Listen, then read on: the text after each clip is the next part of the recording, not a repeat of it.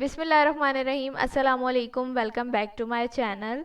तो आप सबके लिए गुड न्यूज़ है। Officially paper pattern sir Amin ने अनाउंस कर दिया है कि आप लोगों का पेपर किस तरीके से होगा, कितने परसेंट उसमें कोडिंग आएगी, कितने क्वेश्चंस कोडिंग के आएंगे, कितने क्वेश्चंस आपके पास थ्योरी के आएंगे, और उसके अलावा आपके पास ऑप्शंस होंगे, एमसीक्यूज बेस्ड होगा या जिस तरीके से सर अमीन ने क्विज करवाया था उस तरीके से होगा। सारी चीज़ों के जवाब आप लोगों को आज इस वीडियो में मिल जाएंगे क्योंकि सर अमीन ने ऑफिशियली अनाउंस कर दिया है पेपर पैटर्न आज।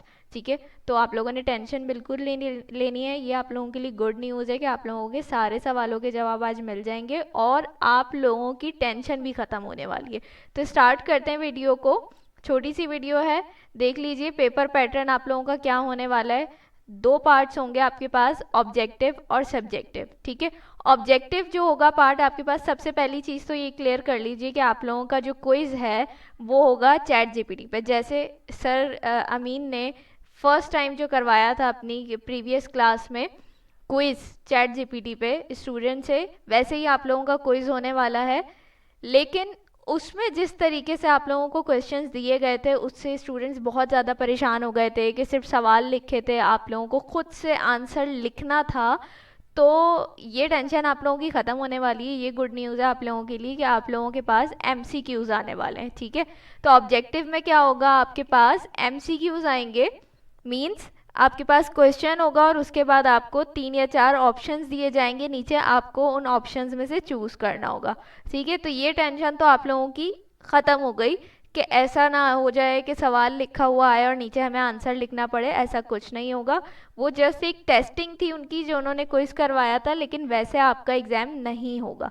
होगा चैट जीपीटी पे ही, वैसे ही होगा, लेकिन ऑप्शंस दिए जाएंगे आपको। ऑप्शंस में से अपना करेक्ट आंसर चूज करना होगा। ठीक है, अब होगा क्या ऑब्जेक्टिव में, एमसीक्यूज आएंगे आपके पास।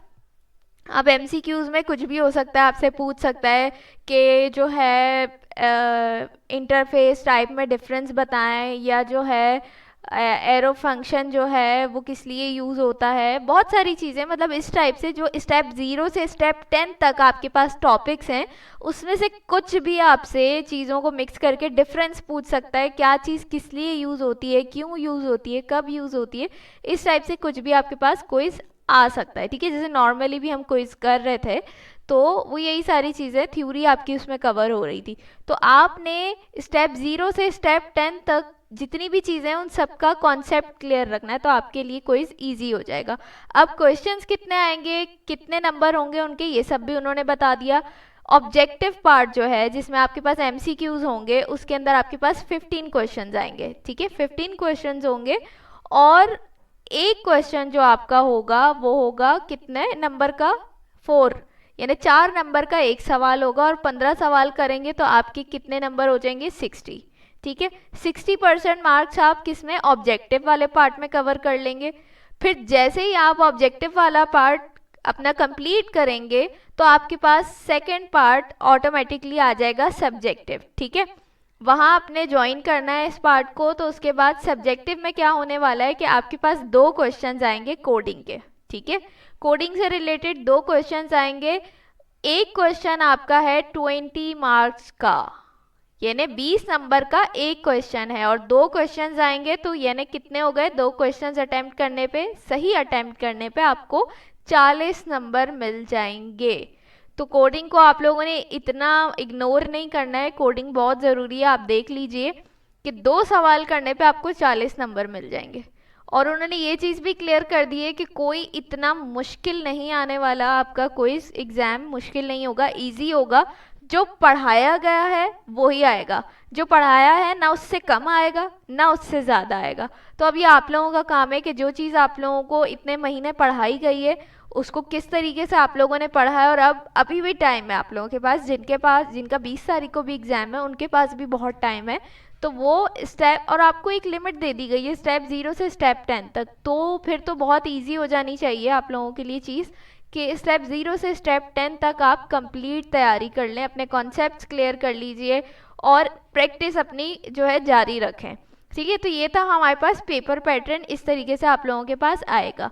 कहाँ होगा ये भी आप लोगों को पता है, गवर्नर हाउस में ही होगा और चैट जीपीटी क्विज होने वाला है आप लोगों का, ठीक है। एक जो टेंशन थी आप लोगों की कि ऑप्शंस नहीं मिलेंगे, तो वो भी क्लियर कर दिया उन्होंने कि एमसीक्यूज बेस्ड होगा, ऑब्जेक्टिव में आपको ऑप्शंस मिलेंगे। लेकिन जो ये सब्जेक्टिव होगा इसके अंदर क्या होगा, आपको कोडिंग करनी पड़ेगी, ठीक है। 2 सवाल आएंगे, दोनों अटेम्प्ट करने होंगे। ये तो हो गया जी, ये वाली चीज़ हो गई हमारे पास।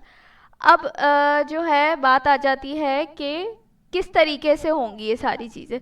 अब आज की जो एक बहुत तवील क्लास थी संडे की, सुबह 9 से शाम 4 बजे तक की, उसमें सर अमीन ने क्विज करवाया, ठीक है। अब उस क्विज का मकसद ये नहीं, वो क्विज मैं आप लोगों के साथ शेयर करूंगी, ठीक है, उसका लिंक भी शेयर करूंगी और वीडियो पे भी पूरा आपको वो सॉल्व करके दिखाऊंगी और तरीका भी बताऊंगी। लेकिन उसको इसका मकसद ये नहीं है कि जो उसको इसके अंदर क्वेश्चन है वो जी वही आएंगे एग्जाम में, ऐसा कुछ नहीं है।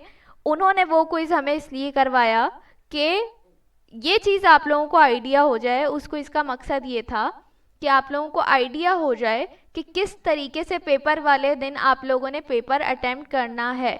यानी फर्स्ट टाइम अगर आप आके बैठ जाएंगे तो आपको कन्फ्यूजन हो सकती है कि अब ऑब्जेक्टिव पार्ट कर लिया, सब्जेक्टिव का क्या करना है, ये सारी चीज़ें इनमें आपको मुश्किल ना हो, इसलिए उन्होंने वो सारी चीज़ें आज करवाई, ठीक है। तो वो वीडियो मैं आप लोगों के साथ, इसके बाद इंशाल्लाह वो नेक्स्ट वीडियो जो होगी वो उसी पे होगी, पूरा क्विज हम करेंगे यहाँ पे और उसको समझेंगे भी। मैं लिंक भी आप लोगों के साथ शेयर कर दूंगी, सही है। तो उसमें क्या होगा, आप लोगों की प्रैक्टिस भी हो जाएगी कि किस तरीके से पेपर वाले दिन आपने चैट जीपीटी पे क्विज अपना करना है, ताकि आप लोगों को फर्स्ट टाइम अगर आप लोग बैठेंगे तो हो सकता है कुछ ना कुछ प्रॉब्लम हो, आप लोग नर्वस हो जाएं, तो पहले से अगर आप लोगों ने थोड़ा बहुत उस पर प्रैक्टिस की होगी तो आपके लिए और ईजी हो जाएगा, सही है। बाकी ये तो आप लोगों को बता दिया गया है कि स्टेप 0 से स्टेप 10 तक तैयारी करनी है। बाकी अगर बात की जाए कोडिंग की, तो उन्होंने ये चीज़ क्लियर बोल दी कि प्रोजेक्ट्स में से कुछ नहीं आएगा, ठीक है। ऑब्जेक्ट ओरिएंटेड प्रोग्रामिंग जो इंक्लूड नहीं है इसमें, 45 क्वेश्चंस इंक्लूड नहीं है, आपके 100 days of coding challenge include नहीं है। लेकिन उन्होंने जो कुछ क्वेश्चंस बताए कि इस टाइप के क्वेश्चंस आएंगे कोडिंग में आपके, ठीक है, वो बहुत छोटे छोटे थे, लेकिन उन्होंने बताया कि इस टाइप के क्वेश्चंस आएंगे कोडिंग के लिए।